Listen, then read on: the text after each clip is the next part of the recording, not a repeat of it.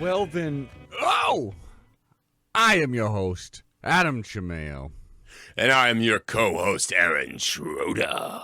That is right. This is the Quack-12 podcast, the most official, unofficial Oregon Ducks podcast on the web footosphere. And today, hopefully, listeners, you are watching us because we are back on the video. You can see us on YouTube. You can see, or you can hear us on your podcast app. But you can do whatever you want. You could watch us on your phone while you're driving 70 miles an hour into the Pac-12 headquarters, because that honestly won't do any more damage than George Kliavkoff and Larry Scott have done to this fucking conference. Dude, you just decided you went from promo to straight shit talk. And the time to transfer was so short. Time to the transfer portal season, it's getting longer and longer, but my transitions are getting shorter and shorter.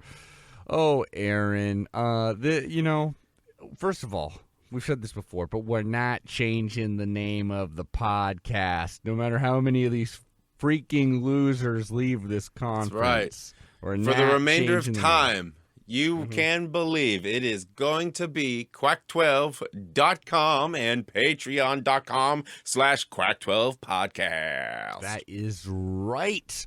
Because if you want to help support this wonderful podcast, go over to Quack12podcast.com. That will lead you to our Patreon where you can leave $5 measly a month for the price of a cup of coffee. Honestly, if you're getting a fancy cup of coffee, less than a cup of coffee. If you're tipping, if you're not an asshole too, if you're leaving at least a buck or something like that, holy shit.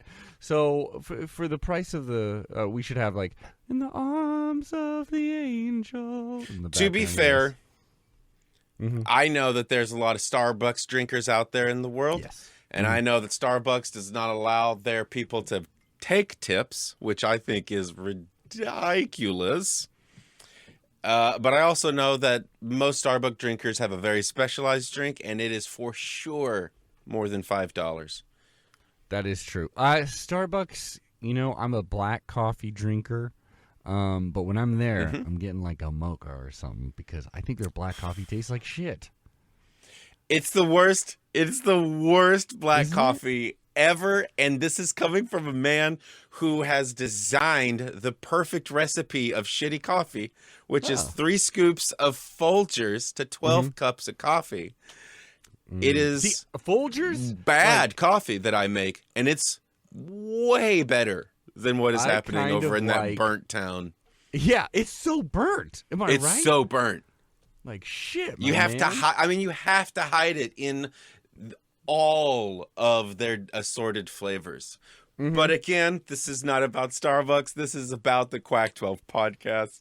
And Folgers. And this is about the Pac-12 network falling apart. I guess it's not even the network. I mean, the network of teams completely that's also apart. falling apart. I think every single damn thing is falling apart. The Pac-12 is the jalopy from the Beverly Hillbillies. And George Kliavkoff is grandma sitting on top on the rocking chair. If you want a barometer for how good things are going on just across the nation in general, look no further than the Pac-12, because it'll show you the Pac-12 is America. Yes. Absolutely. Oh, boy. Back to our promo, because the Pac-12 is dying, but the Quack-12 is thriving. If you were to join our Patreon, which is such a good deal, you get hours, and hours, tens of hours, dozens of hours, hundreds of hours of Oregon Duck-themed entertainment, including our Quack and Time series, in which we attempt to review every single goddamn Oregon football season with a time machine. That's right, we're time travelers. Yep. We'll get into that some other time. If you don't have much money, like, the Pac-12 Conference, you could also just go to Apple Podcasts, leave us 5 stars, leave us a comment. It's easy. We're almost at 69 comments, too. And we may just hang it up when we get there. So, and as the good prophet Voss says, first person to 69 wins. So that's right. Get us there, baby. The wonderful James Voss of Ditch Rich, past guest and future guest. We're going to get him on soon. Yeah, absolutely. First to 69 wins, always. Aaron, I am a bit depressed because I do, it used to be the Pac-12. You almost liked that it was lagging behind because it was like, well, we're not the SEC or the Big Ten. We may not even be the Big 12 or ACC, but we're West Coast college football, god damn it. And we still are. Yeah. We felt like the underdogs. There's still so much history involved. And it's just, again. Yeah. I mean, look no further. I mean, to see the way the nation is working, look no further than the Pac-12. Adam, what you are describing is merely a fact that for the last, 30 years, up until like 2015, 2016, 30 years before that was anti-corporate, DIY, mentality of the people, community over business, blah, blah, blah. But that's no longer the case. Corporate life wins. It will consume us all. It will kill us all. And here we are. That's true. Well, let me ask you this, because I usually think, especially like bad, the CEO of the conference, if you will. The baddest bad boy. The baddest. Well, Larry Scott is truly the baddest bad boy. Someone in Mr. Leather Jacket. The corner. Yeah. I think they truly are so often to blame. Maybe AI could have helped us in the situation. I know there's a writer's strike. There's a actor's strike. How would you utilize AI? How would you do it? Just have AI make the contract deal. You know what I mean? Because like George K couldn't pull it off. I did actually like that. If you need a nonpartisan arbitrator, look no further than a computer. It will look at all the statistics, all of them. It'll be like, oh, this is who's watching. This is who isn't watching. This is why they are not watching. This is, blah, blah, blah, blah, blah. Yeah. And it'll come up with a number. It'll be like, beep, beep, beep, beep, beep, beep, beep, beep, beep, beep, beep, beep, beep, beep, beep, beep. Stanford, get on it. With ChatGPT now being able to go online, you could very simply probably enter that prompt right now. Anybody listening out there, go do that for us. Tweet it back at us. I'm sorry, exit at us. And, yeah, we'll do that one time. We need to have a ChatGPT app where we see if it could have ran the Pac-12 better than our last couple of commissioners. Here's what we're going to do. While we use this episode to catch me up, maybe the next episode is I will run all of my thoughts through ChatGPT to see what it will come up with for probabilities of wins, losses, etc. for the season. And we can cover that next week. Sounds like an episode of the Quack-12 podcast. Yeah, baby. Aaron, let's take a little break because full disclosure, we're recording this at 8:24 in the morning, August 1st, 2023. Waiting for that news to drop. Waiting for the news. There's a lot of talk. A lot of people talking about early in the morning. Early in the morning, George K is showing his numbers. He's doing his thing. And we'll see what happens then. And it's unlikely there's going to be like people leaving announcements like right after the meeting. I think that would be funny. But Arizona is definitely flirting with it. Utah has definitely been courted. Oregon and Washington have had rumors of going to the Big Ten, going to the Big 12. We'll see what the hell happens there. We're waiting.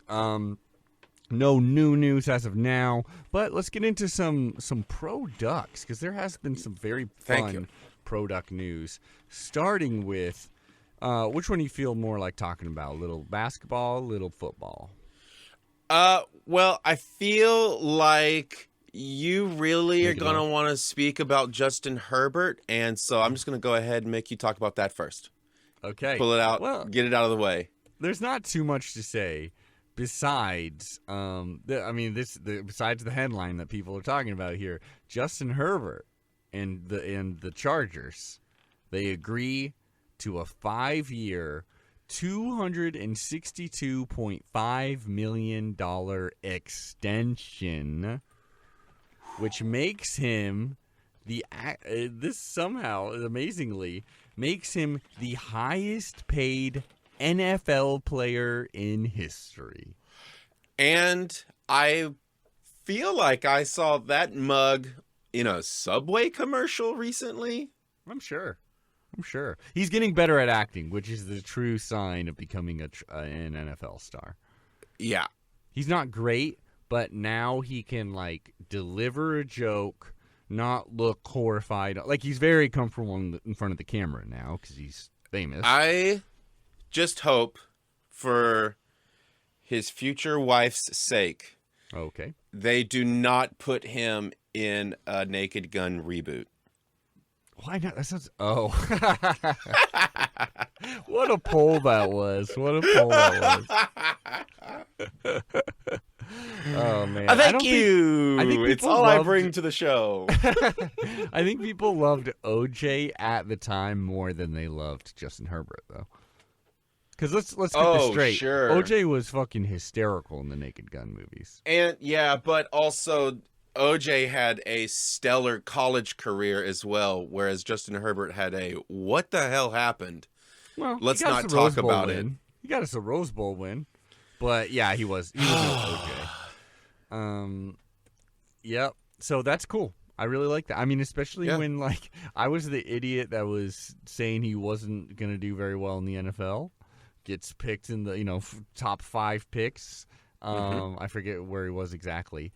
They didn't think he was going to start. A crazy quack doctor takes care of the person who was ahead of him, and so suddenly he's starting his rookie year, and no looking back. It's pretty amazing. From Eugene, Oregon. Yeah. Future returner used car salesman Justin Herbert.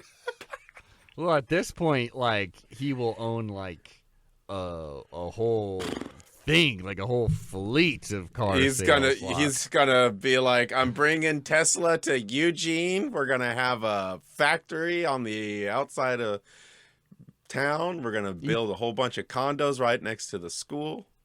Nice. No, he's just gonna chill, dude. He would be driving a Volkswagen bus, man. Amen. He fixed Hanging up out himself, at the country fair. brother. Absolutely. Signing footballs at the country fair. I love it. Oh my God, that'd be my dream. If we can, also, let's just quickly dash through this whole Bowl noise. Oh yeah, there's not much. There's not much at all. Besides, Bowl is now going to be a Sun, the Phoenix Suns, which I'm starting to like more and more. Honestly, I want another as a team. Yeah, I want another team besides, the Warriors. The Lakers. Sure. I know they've mixed it up, Denver just won, but I like the not obvious choices. The Spurs. Yeah, sure. Spurs are dynasty, but it's been a little while. The Suns would be fun. I don't think they've ever won it. And they have some familiar faces, obviously, like DeAndre Ayton used to play on Arizona. Kevin Durant, of course. Devin Booker's fun to watch. But Bowl, who's 23, he actually set career highs in every category in his 4th NBA season. Is now, he played in 70 games, starting 33. This is while he was at Orlando. Averaged 9.1 points, 5.8 rebounds, 1.2 blocks. Basically the stuff that we were hoping we were going to get in Eugene, but then he got hurt, and he's wrapping it up. Which we all know that he probably was not hurt. He was hurt. He probably could have played, decided not to play anymore. He was hurt. That's not the conspiracy. I have a sprained ankle. Oh, my God. I have to go sit down, coach, for the rest of the season. I played for 3 minutes. How do people like you more than me on this podcast? Because I say the outlandish shit that everyone thinks, and I am the voice box of the deranged. Yeah, that's probably It's a problem. I mean, it's bad. Yeah, so, I mean, power to him. It's that kind of thing where it's like I don't think anyone really thinks of him too much as a Duck. It's like once a Duck, always a Duck. Right. Also, he played like 5 games, and it was kind of But hey, good to him. He was a Duck. He seems like a nice guy. He's very tall. It's just hard to get on board nepotism, regardless of the the talent and stature of the player or whatever field. Anyway. Well, let's get to a real OG then. Yeah, this is what I want to talk about. I want to talk about everybody's favorite superstar. Sabrina Ionescu, baby. Wop, wop. Which, by the way, I was thinking they need to get her on a the Liberty insurance, Liberty. Yep. They should have her on a commercial because she plays for the New York Liberty. Yep. Just saying, it makes sense. You are not wrong at all. That would be so easy to set up, and everyone would be for it. That's the greatest idea ever. Thank you. Sabrina Ionescu, well, we've actually talked about this on this podcast even, but worth bringing up, she scored 37 points, which was the new record for both the men or the women, in the 3-point shooting competition. It was so cool watching that. It's truly... Yeah, pretty amazing to watch. What, she missed the first one and then maybe the second to last one or something, and then just drained everything in between? Boom, boom, boom. And her and Steph Curry had a little back and forth where, because, he's also obviously an amazing 3-point shooter. He had a record of 31, I believe, out of 40 or something like that. And they, I believe, challenged each other. Or she challenged him to shoot off, and he accepted. Nothing else has come of that, but I would love to see it. Now, I believe the women's ball is smaller, and I think the distance is not as far, or something like that. What? So I wonder, for women's basketball, I don't get it either. But I wonder if they were to do that competition. Obviously, I would imagine you're shooting with the men's ball. Because it's a little bit, I don't know. Sabrina's going to win regardless. She's just going to not miss when it really comes down to crunch time. Yeah. Against that. Well, you just do another 3-point shoot off with more restricted rules and point systems on balls and time limits that are insane. And, they each have their own side of the court. Yeah. Hey, same time. So they're going at the same time. That would be amazing. I would. And just do it for charity. Bing, bang, boom. And just to segue into just some more of her amazing feats, I've figured out what the Liberty commercial is. What's that? It's a fake hamburger chain restaurant where she is the spokesperson for the hamburgers, introducing the double, triple, double. It's not bad. It's not bad. Or a triple double? Oh, yeah. What was a triple double? What if this is America, so that's probably we're talking patty, then a chicken patty, Filet-O-Fish, patty. Right. That sounds about right. Yeah. It's a triple would never double. So you've got to make a triple double, which is basically beef patty, chicken patty, beef patty. You got to make 3 of those and then stack those on top of each other, and that's the triple double. Yum yum yum. Sounds good to me. So yeah, speaking of triple doubles, she's already the triple double queen, as we all know in college basketball. Just completely destroy. I want to say 26, if my memory serves me correctly, but just completely fucking just erased men's and women's triple-double records for college. Now she's already chasing it in her whatever season. Already chasing the record for triple-doubles in WNBA, which is a little bit surprisingly low, but I mean, she's going to blow it out of the water, so doesn't really mind. It doesn't really matter. Did you say 26 triple-doubles in college? In college, I think her career, she got like 26. Maybe she got 31. No, 26 is correct. Okay, yeah, that's right. But we'll say this. I mean, this is a while ago. We're catching you up. On July 7th, against the Las Vegas Aces in a 116-107 victory, Ionescu scored 31 points, 13 rebounds, and 10 assists, which tied her with Candace Parker, the amazing Candace Parker, who plays on the Chicago Sky with our wonderful Ruthie Hebert, for most in a WNBA career. It tied her anyways. Ionescu is the first WNBA player to score at least 30 points in a triple-double game. Amazing. Yeah. And also, I believe it's something like 4 regular season ones. I think she needs one more to get the all-time record. And then I think if you count like playoffs too, I think 6 triple-doubles is all-time. So we're not that freaking far off. Shouldn't take long, as long as she stays healthy, knock on wood. But and New York Liberty are playing really well this season.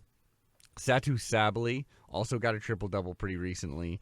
And because like Sabrina is needing to find her a new role than what she had in college, because she's playing with Breanna Stewart, who is the absolute just amazing offensive force on that team. So she's playing a little more second fiddle, which is a good spot to be for Sabrina, though. Dishing it out, distributing, hitting the 3 because they're open because she's drawing them in. Yeah. Right, exactly. It's this like... it's when you have a battleship hanging out behind your jet fighters or whatever. She's the battle. It's like, we have to pay attention to the jet fighters, but if we stop paying attention to that battleship, it'll blow us up. Exactly. I mean, fair enough. Yeah. She's a battleship. She's absolutely great. Couldn't ask for a better duck. Sabrina Ionescu, we love you so much. I know. Absolutely. Now, I mean, I guess I'll refresh our college football page I'm on just to see if there's any new Pac-12 news, but nope. All right, anyways. Recruiting-wise here, mainly football I want to get into. And there's not even that much in-depth shit I want to say. I just want you to know Dan Lanning is still a recruiting machine. We are still recruiting as well, or if not better, than the Cristobal era, which is amazing.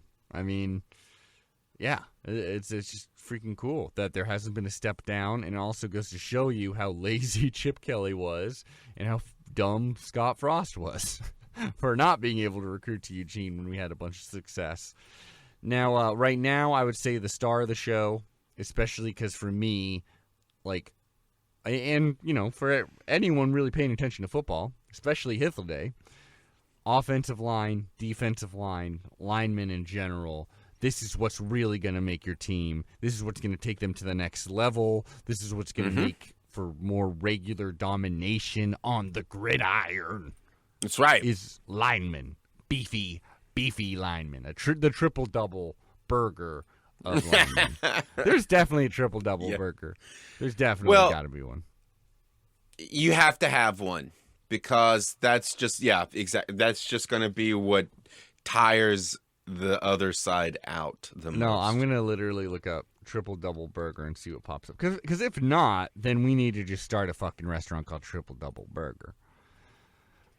See, there's Smash. I'm seeing a Smash Burger, In-N-Out Slap Smash Burger. I was about to say it's probably something you can easily say triple-double at In-N-Out, and they'll give it to you. Interesting. Because I'm looking at a picture of it. You're looking it's at right it too. there. Well, Smash Burger has a triple-double burger, and In-N-Out is suing them because they're like, we have a triple-triple and a double-double, and even in triple-double, you're just stealing our shit. Seems like kind of a Trumpian lawsuit of like, We're not planning on winning this lawsuit. We're just going to sue you, so you have to deal with it, We're giving ourselves press out of this. Yeah. It also reeks of double take backsies, no callbacks or whatever you're supposed to say as a kid. No bullshit or whatever. Yeah. You get double stamp, triple dot, no take backsies. Dude, you can't do that. You can't takes backsies a triple stamp. What the fuck are you talking about, man?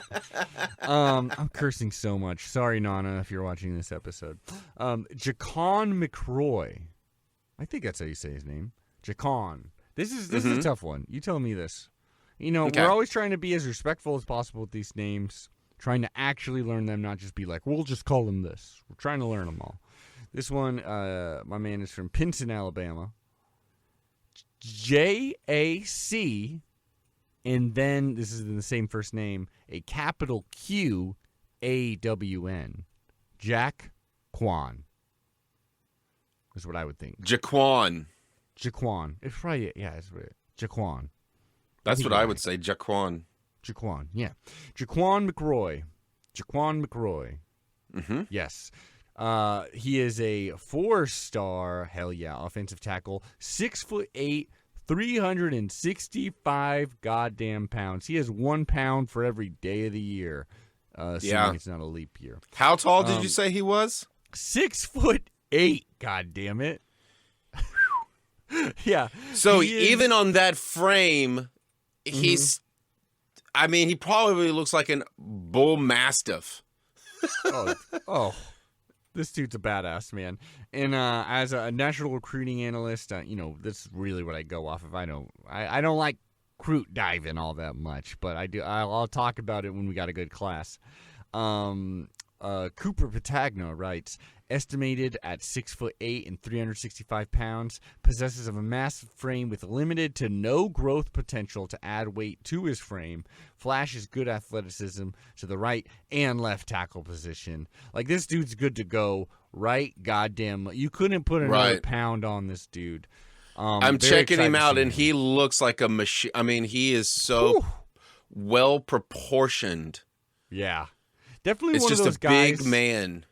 Have you ever seen a guy where it's like, when you see them in real life, you just think to yourself, like, if this was ancient times, yes, and we met on the battlefield, He'd would kill me. Be so humiliating the way you would kill me. Like, even if I got a first strike with like a giant spear, like, I'm not taking you down with that thing. Like, you're about to pull the orc move of pulling that thing in deeper and then ripping my head off, like.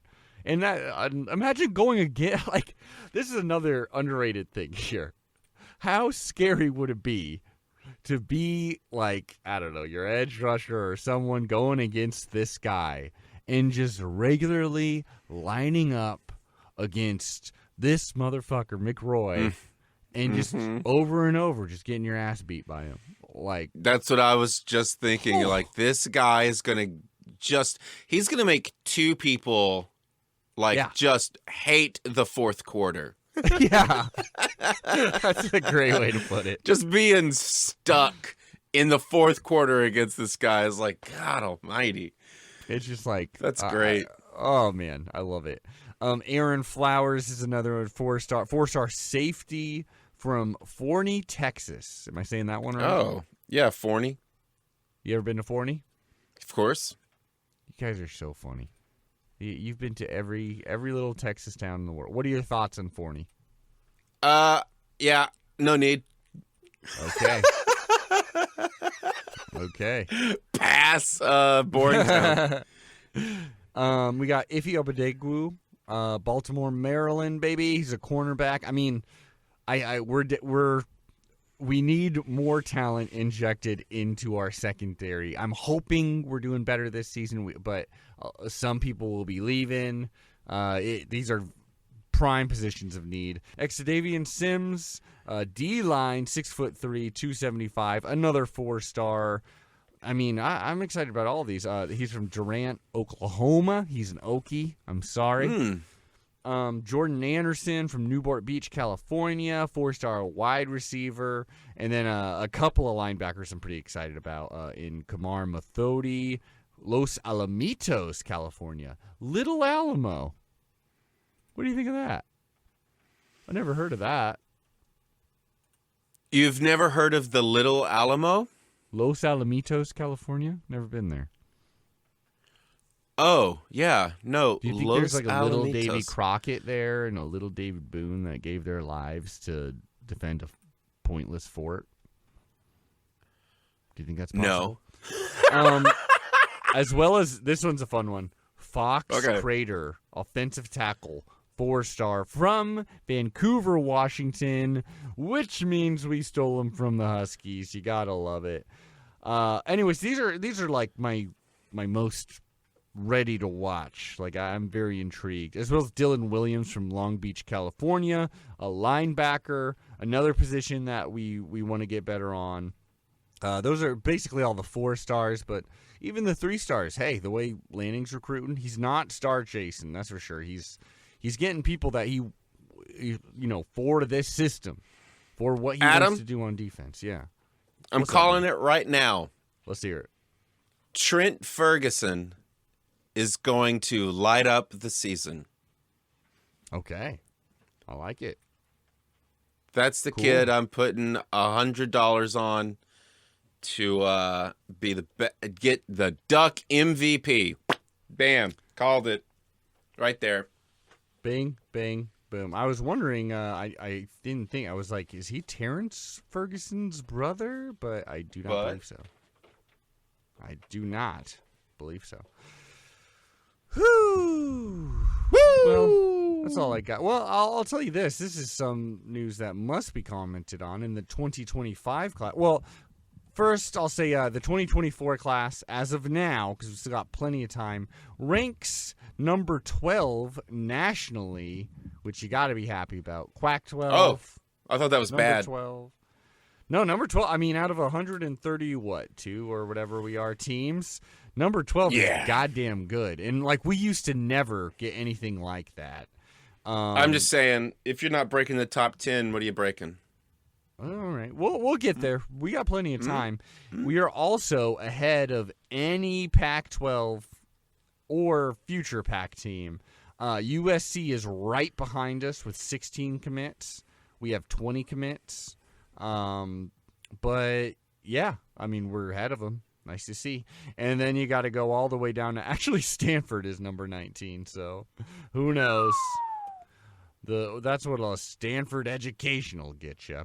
Now, 2025, you got to talk about this because, I mean, talk about nepotism possibly, but sometimes nepotism is a good thing because we got Achilles Smith Jr., that is right, son of the goddamn famous Achilles Smith, who played in the late 1990s, threw for 3,763 yards and 32 touchdowns as a Duck in 1998. And also played in the NFL, or got drafted third, I believe, in the 1999 draft by the Cincinnati Bengals. Did not do well in the NFL, but has since, I know he works with a lot of up-and-coming football players. He's kind of like a QB guru and stuff like that on the high school level. Dude. So, pretty cool. And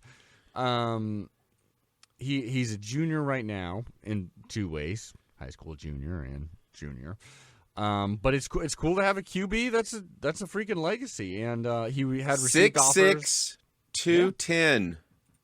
There you go, 6'6". That's what you like to see, certainly, and 210 will add some weight to that frame. You'd hope he's got plenty of time. Or I imagine he's mobile. I mean, his dad certainly was. Oregon, Michigan, Florida, Washington, which seems rude, and Colorado all offered him. So, hey, I'm fucking stoked, man. I mean, I want the best QB to win the job, whoever that may be, but it would be pretty cool if it was the son of another legendary Duck quarterback. Just saying. What do you think? Do you think there's too much, like, you shouldn't go for these people because it's like, you're going for him when if there's a guy even a little bit better, you should have gone for him instead of this legacy thing? Or do you like that we call back occasionally to famous Duck players? They're a kid. They're this. I think it's inevitable that the offspring will harness some level of talent merely because their lives are inundated with it from the get-go. Mm-hmm. And I also feel like the average coach isn't just going to take a kid because his dad was on the team. Like, I don't think that's a real thing. I mean, it is a real thing, of course, that kids get to go to certain schools, but I think Lanning isn't that type of coach. I remember Dabo Sweeney, I think, his kid played in a little bit more, like there was a little bit, I was just like, there's someone better than him, right? And like Deion Sanders, his son, who is like a good quarterback in like Colorado, will be happy to have him. Sure. But he's starting, and he like from the get-go, like he gets hired, he's going to Colorado, he was already saying like, my son's going to be the starting quarterback. Usually you would have like a competition. He's right, like, so that's all, yeah. So there's different levels of these things. Deion Sanders definitely being one. And, I mean, the average football quarterback, I don't even know where this is going, but I can't imagine. Well, there you go. You can't be like, oh, he's going to be just like his dad. But if he's getting a commit this early, then he's obviously slightly better than the average quarterback in his demographic. Yeah. Because otherwise they wouldn't say shit until next year when they're actually trying to sign him. Yeah. And I think it's just a lot of things where it's like football is such a specific thing, especially at this high level at college football, where it's you need people who have basically been trying to do this or at least been very athletic in some sense for their entire lives and training in these very specific skills that usually don't translate to other sports even. And it helps that your dad's been a quarterback coach, that he has NFL connections, like sometimes it works out. I mean, we'll find out the truth when it happens because, you can throw great against high school kids, but as soon as you have to go against a college team that is also pulling from the best players on a national level, maybe you're gonna suck. So you can't tell until he gets on the field, and we're 2 years away from it. So let's just go with he's good. Yeah, let's just go with he's going. Let's to go be with the he's greatest good until he shows that he's terrible. I love it, and even when he's terrible, we'll say he's at least a little bit good, like we did with Anthony Brown. Justin Herbert was really good. Every week, though, it was, is he going to be really good or is he going to be really bad? Every week was that question. I think it was more like, can he save this poorly coached team or can he not? I mean, he was starting since he was a freshman, so there is that too. But But we weren't saying, can he save a poorly coached season? We were like, oh, Mario Cristobal knows what he's doing. And, that other guy whose name is Willie pointless Taggart now because he's so over.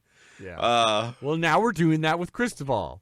Get on the program. Yeah.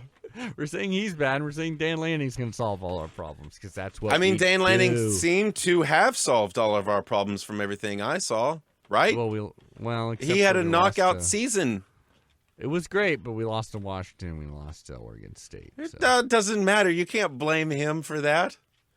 Well, that's one take. Dan Lanning is a guru. I believe, for you and me, it is commercial time, my buddy. We'll be right back after these messages. We'll be right back. Hey, podcast listener. Hey, Come over here. Come over here. Get over here, punk.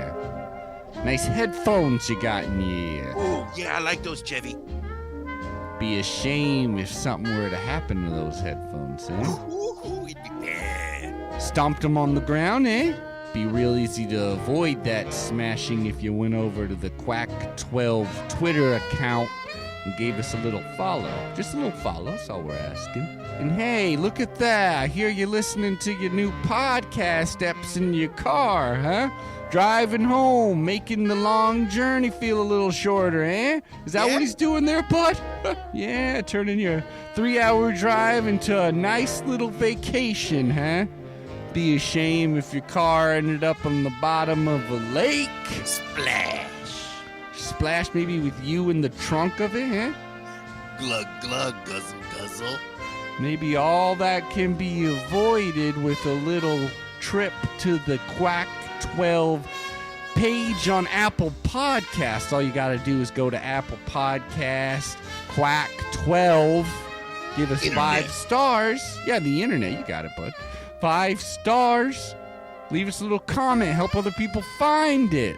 Maybe it'll help people find you when they find out that you're gone missing, if you catch my drift. You seen the posters on the telephone poles?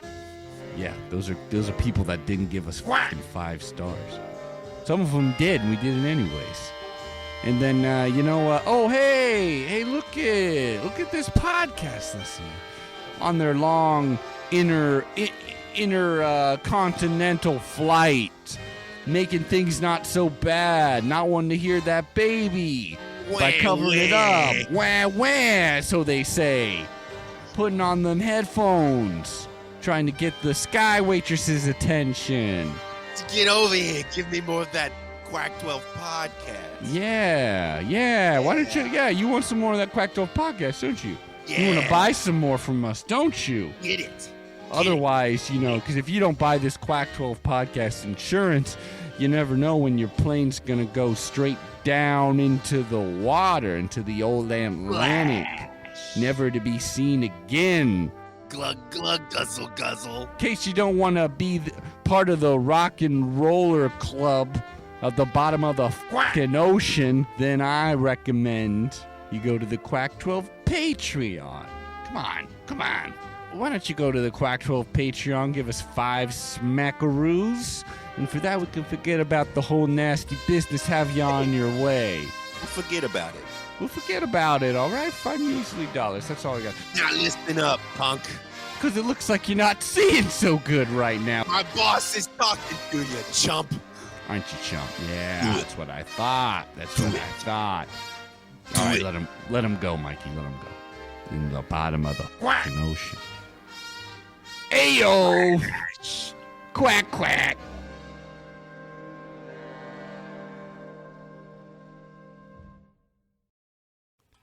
And we're back on Quack. Quack, quack. Quack, quack. Splash. Splash. Guzzle, Aaron, guzzle. What a commercial it is. The people love it. The people love it. They love it. They love it. Still no news on this deal. We're all gonna die is what it feels like. But let's get into some. So, Aaron, Colorado is no longer in the goddamn conference, and it makes me sad. It makes me less sad than when the USC-UCLA news came out, purely because, well, first of all, that was like the beginning of the end times. It also just meant a lot more doom for the conference because those are the LA schools. That's a staple for recruiting. That's a staple for the footprint in general. Just the look of the conference. It's like, yeah, West Coast. We're in the, and now the Big Ten had that. Like, that was definitely more gut-wrenching. And we just have more history playing USC and UCLA. We've been playing them for, like, literally longer than 100 years. Right. I do believe. You can check me on that. But about, 100 years or longer than 100 years for USC, I know. And so, yeah, it did mean a lot. Colorado, on the other hand, joined much later, obviously. They were the reason why we were the Pac-12 as opposed to the Pac-10, them in Utah. And most of their all of their best memories, except for like beating us that one time and like, I don't know, a few other good things that happened to them, not many good things. Most of the good things happened to them while they were in the Big 12. Like, that was their glory days. Right. And glory days. You get it. You get it. So if it did feel like one of the worst, lowliest members of the Pac-12, I love Colorado as a program, but like the shit they were putting out there. Basketball, they did well, men's and women's, typically. Not like winning it all, but they've had some great seasons while in the Pac-12. Football, they've been pretty abysmal outside of like the 2020 season or something like that. So it did make sense. I remember when we first started, the Buff men had some kind of threat level to them, but it has slowly dissipated every season, I feel like. Yeah, and I mean, it makes sense for them. Apparently, they were in talks with the Big 12. The Big 12 kind of gave them a date of like, by something like August 1st or something, we want to know your answer. And it made it easy for them when the Big 12, because a lot of times when you join a conference, the conference will say, you're only going to get half the amount of money or this X amount of the money compared to our other programs who are already in the conference, who are already going, for the first year or 2 or 5 or whatever, you're going to earn a little bit less, but then once you hit that year, then you'll get the full share. Like, that happens a lot. Here, they were like, nope, they wanted them in right away, so it's just like, Colorado, you come in, boom, you're a full member. You get full amount of money. And so you're comparing about $31 million. Because remember, Aaron, Big 12 had some big balls when they made their move to just deal with, I believe it's a deal with, I forget whether it's Fox or ESPN. I want to say Fox, but I can't quite remember. Where they're like, hey, you know what? We like what we did with our last contract. Let's do a contract right now. It's not going to be as much as the Big Ten or the SEC, obviously, or even the ACC, but we are down. Give us the money. And they said, okay, and it equated to about $31 million per school. Wow. And which is pretty good. Not gangbusters, not certainly not the top of the conference, but that's some power conference money there. $31 million. Again, the Pac-12 is like the scuttlebutt around the interweb foot is that we may be looking at $20 million per school. So, but what is that used for, even? Just in general, like, if you want a new stadium, you want. We don't. I mean, we're not a poverty program. We got a whole bunch of money that doesn't have to come from the conference. But I'll tell you this. Things do just get easier. If you had, if we were in the Big Ten, we'd get an extra like $20 million, and just having that thrown around money, it certainly does help. Does that? Does it go to like buying new workout equipment and plane tickets for all of the games and hotel rooms? Not only that, here's a big thing. And this is something Oregon, luckily, knock on wood, has been able to do pretty well, except for the head coach thing. But, like, if you like your head coach, you can offer him the amount of money that he's not just going to get hired away by somebody else because it's like, well, they're offering me $4 extra million a year or something like that. Right. Like, you're going to be able to match the offers. Not only that, just as important, some would say, if you got a hotshot offensive coordinator or a hotshot defensive coordinator or even a hotshot QB assistant, you can pay these people like competitive, so that way, like Washington, you got to give them credit for this. Alabama reportedly wanted to hire away their offensive coordinator who gave them so much success this last season, Ryan Grubb. And he was like, no. And they gave him more money, and you're able to do that. But if this was, say, Cal, who's kind of strapped for cash, or even a Colorado or something like that, if they get a new offensive coordinator who's just like, oh, shit, you're amazing, you're a mastermind, someone's going to hire them away because someone's going to offer them much more money where it's just like, I got to think about my family. This is extra $3 million and you can't match it. I got to go. So that is stuff like that, but that example too. I love that can how go a huge way.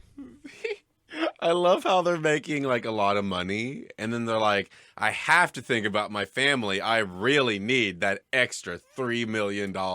Yeah. Like, do you really need an extra $3 million on your dual income 2-kid home?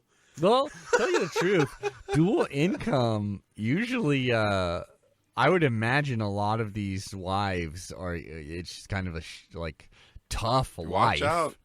Uh-oh. Watch out. And watch husbands. what you're saying here. I'm sure there's a secretly gay OC, DC head coach there. But, I'm sure a lot of them, it's hard to keep a job because you're moving around so much. Like, it helped to have, a side hustle of, an Etsy or something, honestly. Not to be too gendered about it. Or you're just a contract lawyer and you can do that shit via email anywhere you live. Oh, I'm sure there's and you're making a couple $1 million a year. Me personally, if I married the I was gonna say WNBA head coach, but unfortunately they probably don't make that much. Let's say if I'm married to a Kelly Graves type who's still living, still a millionaire. Me personally, the amount of work I'm doing is raising our kids and doing the Quack-12 podcast. I'm not getting a regular job. You fucking kidding me? And the Quack-12 podcast is me talking shit what about if my it was husband, something Kelly you Graves. loved?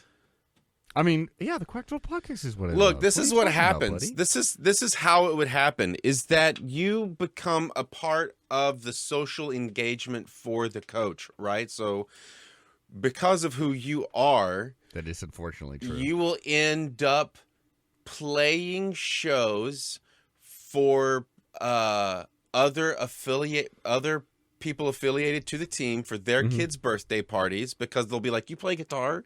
And they'll be like, yeah. And they'll be like, play one of the songs. And then you go right into it. And they're like, oh my God, you're amazing. Next thing you know, you're in a recording studio dropping your first album that's going to hit 1 billion streams.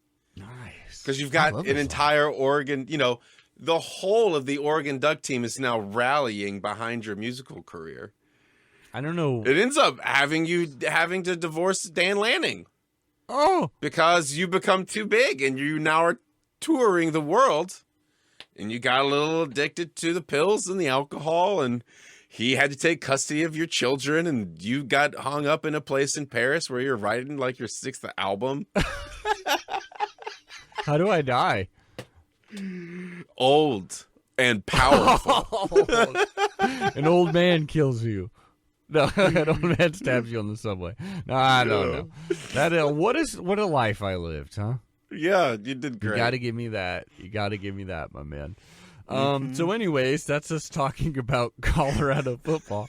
I will miss them. I hope we play them in the future. I mean, honestly, though, they've been a doormat outside of one season, against us. But that was a funny season. Anyways, so Colorado joined the Big 12.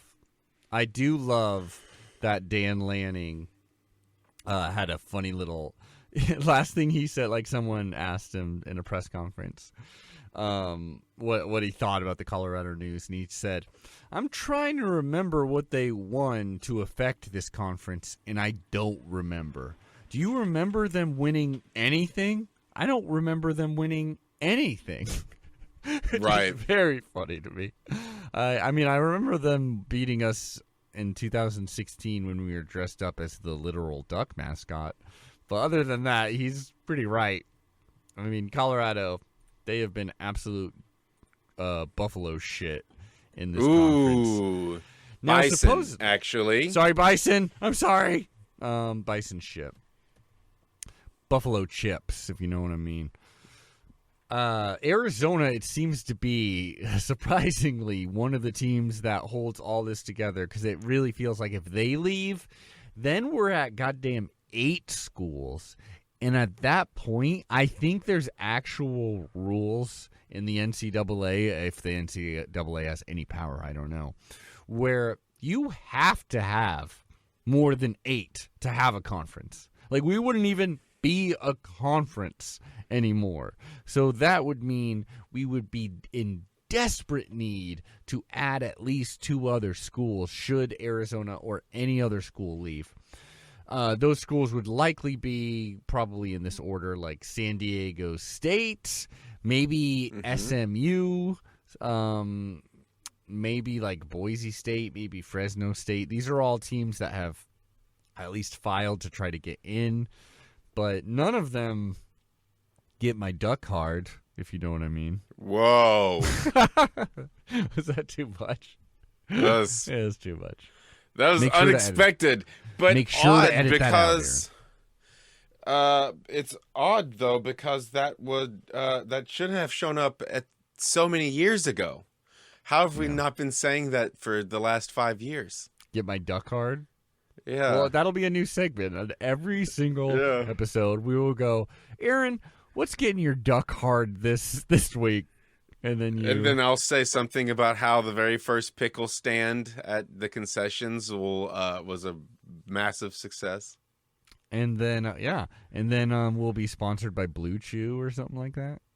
That's Viagra pill. That's the new Viagra pill. Maybe it's Viagra. I don't know. I don't need it.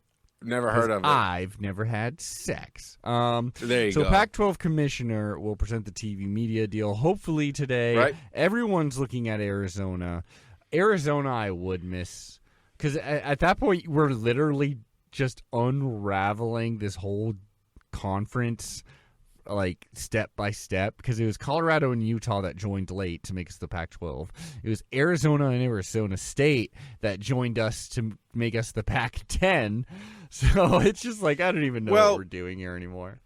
Was this was the Arizona people saying that they were expecting numbers by such and such time, right? Or did the Pac-12 actually say we will? No, they said it after. The rumor is, again, all this is kind of rumor and stuff like that. Right.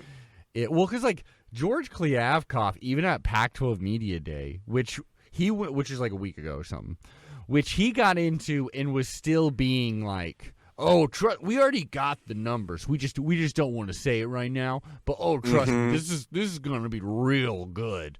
And the reporters there were like, "Oh, so it's done. The contract's done." And he was like, "Oh, no, you're putting words in my mouth now, but trust me, this is gonna," and just like, he's just scrambling like crazy. Like, you and I could not do a worse job.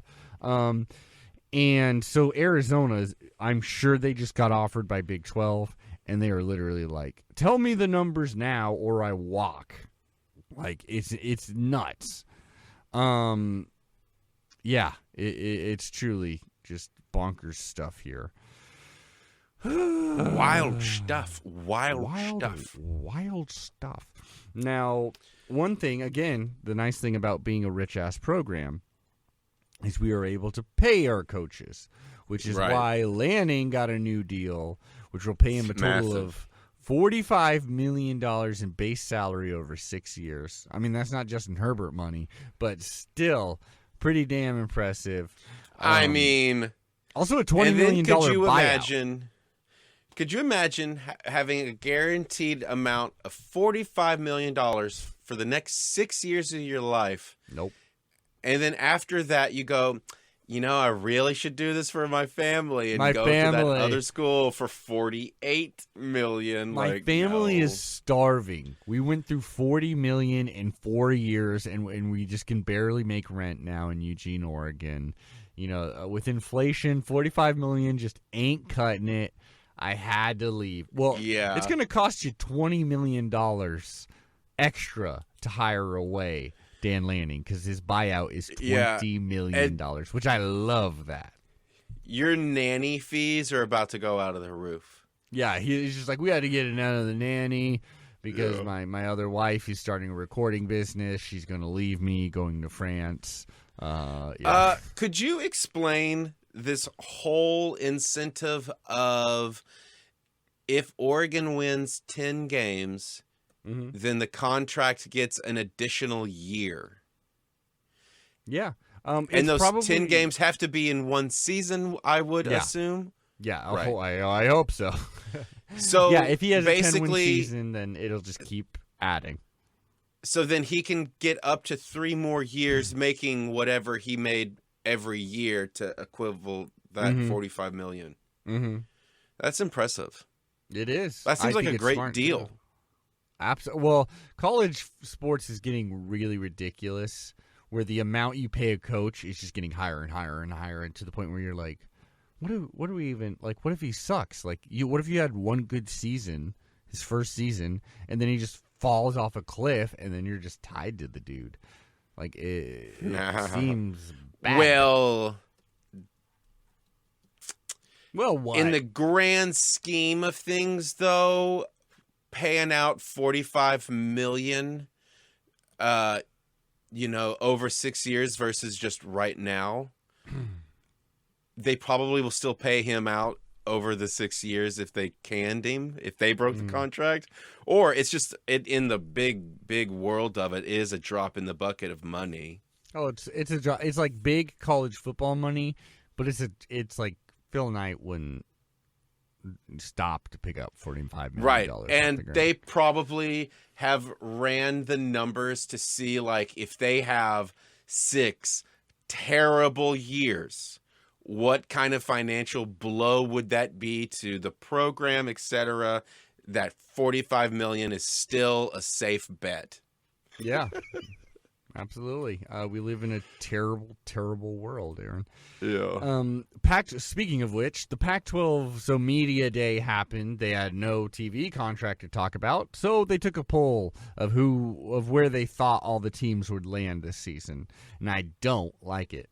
Number 1, the returning Heisman winner, Caleb Williams, leads USC. They got, I believe, 25 first-place votes. Dang. Number 2 was Washington with 4 first-place votes. Then Utah with 8, I believe. And then with a single homer vote for Oregon. Oregon comes in 4th, which is a little doesn't feel great when you have the most talent out of all of them, but you're still picked 4th because they're afraid of your defense mainly. But also, it's because these teams are legit good. Like, despite the fact that Pac-12, the conference, is completely falling apart, the funny thing is, we're like the strongest we've been in like a decade, it feels like. But look at this. Look at the weighting here, right? You've got USC, everybody's favorite good guy. You've got Washington, everybody's favorite dark horse good guy. You've got Utah, which is just like this thorn that exists in Oregon. Yeah. And everybody knows that Oregon is the bad guys. So, of course, we're in 4th. And, of course, they put Utah right ahead of us because of those 2 stupid Utah games. And they're doing it to poke at us because we're the bad guys. And they know that if they poke us, then we'll have a bad guy season where we do really good. Blah, blah, blah. It's all storytelling. I hope that's true. Yeah, I mean, if there's one thing I know about the Pac-12 conference, everything is really well orchestrated. So that sounds right. That sounds like a good conspiracy. Number 12. Yeah. This is telling. Number 11 is Colorado. So again, like, what did we really lose here? But number 12 is Stanford. And that just goes to show you how far Stanford has fallen, that they're below Colorado even. I'm sure there's some Deion Sanders like hype. Like, people are just excited to see him coach, and so but I mean, they're also 11 for a reason. So and Oregon State number 5, because again, Oregon State has been really surprising a lot of people. Yeah, so that sucks, but it's good poster material, poster board material, bulletin board material. That's what I'm trying to say. Yeah, I mean, I'm going to look up one more time, just a quick Google search, Aaron, see if we have any breaking news on this Pac-12 Media Day. Probably not. Ironically, let's see. An ad for Blue Chew, but other than that, nope. Yeah, absolutely not, Aaron. Pac-12 Media deals.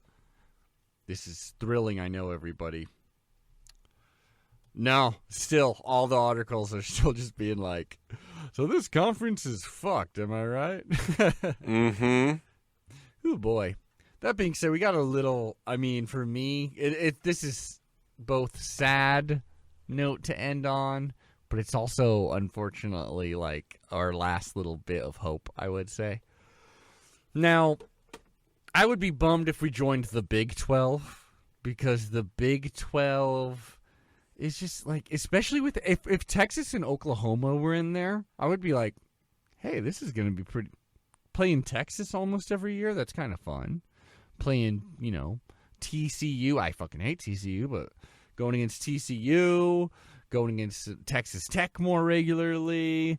Oklahoma State. Like, these could be some fun. But without Texas and without Oklahoma, suddenly, if Oregon joined, we would be the biggest name. And it kind of feels like you're just going to, like, when you go to a party and you're like, I'm the coolest person here? Ugh. This party sucks. You know what I mean? You don't want to be the top dog. And I don't want to play BYU all that often. Or I know that probably we're probably going to get a bunch of hate mail for me saying that. BYU, UCF would be fun, but again, like they were just a little plucky underdog just like 3 years ago before they won the Natty, as we all know. So Big 12 would not be as fun. I mean, $31 million is fun, but it still feels like you're joining like maybe a dying conference. There was even rumors of the ACC wanting Oregon and Washington. There's rumors of everything, but really, as for Oregon's concerned, the Big 10 is where we want to land, because we're still getting to play big name programs. I mean, the biggest name programs. We're playing Ohio State, Michigan State, Nebraska, Iowa. Like, I don't know. This feels a little, I mean, then Rhode Island, Maryland, and Illinois and Indiana. That doesn't make much sense. But we'd have, like, the big names at least to go against, and those are some of those teams we have played for. We do have like 100-year history with some of those teams, and it just be we joined, like, we got on the really big, nice lifeboat while the Titanic, which is college football, is starting to sink. Like, we'd be in a good spot, is what it would feel like. And so I would like to join the Big Ten. I mean, I still want the Pac-12 to survive, but it just seems so unlikely. And at a certain point, it seems like it's actually becoming a toxic relationship where we shouldn't stay in, even though I love it, and even though it's killing West Coast football. And Big Ten has USC and UCLA, so they need some more West Coast teams to play against them, because otherwise it just doesn't make sense. So the Big Ten's where we want to join. Big Ten's what we want to happen, and I'll just show you this, because this is our last bit of hope here, and it comes from a surprising source. I have an idea. Well, never mind. Go ahead and show me. I'm very curious. I'll show you this, and then we'll get in your idea, and then we'll wrap this bad boy up. Sure. But I'm just going to say merger. Let's hear it. Oh, like Pac-12, Big Ten merger. Maybe we should merge with the team. Maybe we make some kind of like super mega team. Well, I don't like it because it'd be Oregon and Washington, and I don't want that.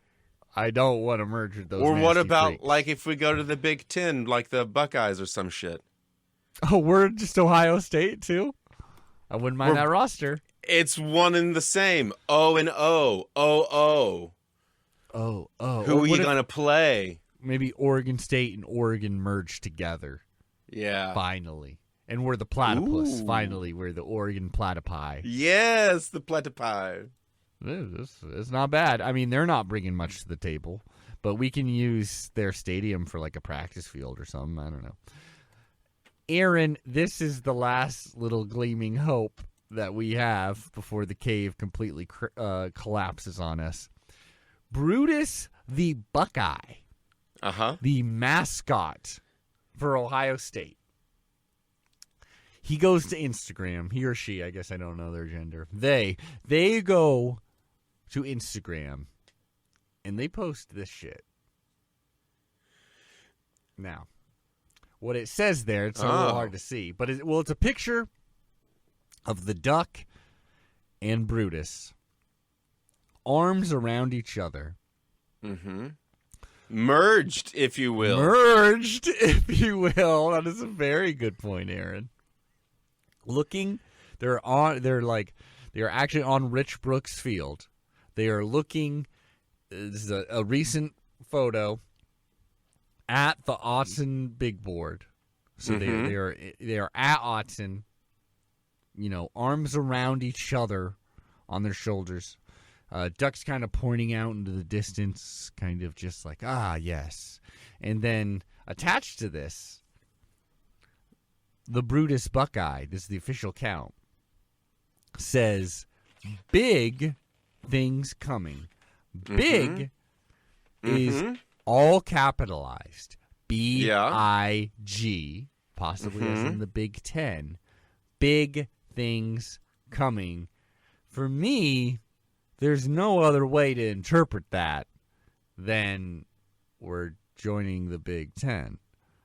Now, that's nice to hear. No. Okay, well, let's hear it. I don't know how anyone could think that because it says big things coming. If something is coming towards you, you're not moving. It is. A big thing, the Buckeye, is coming to the Pac-12. You think we got Ohio State in? We're getting Ohio State.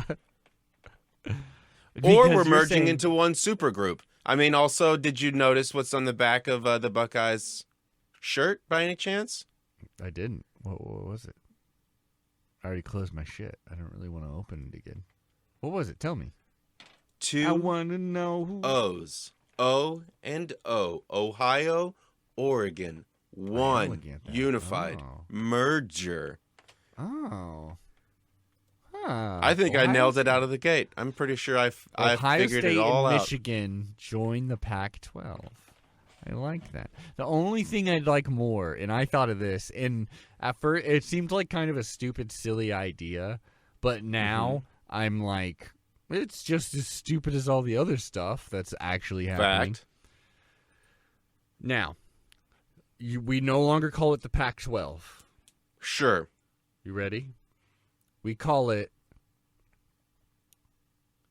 the All-Coast Conference. We merge with the ACC. And so it's the Pac-12. The divisions are the Pac-12 division, which is the West Coast division. We all play each other there, And then the ACC division. And boom, now it's literally left coast and right coast.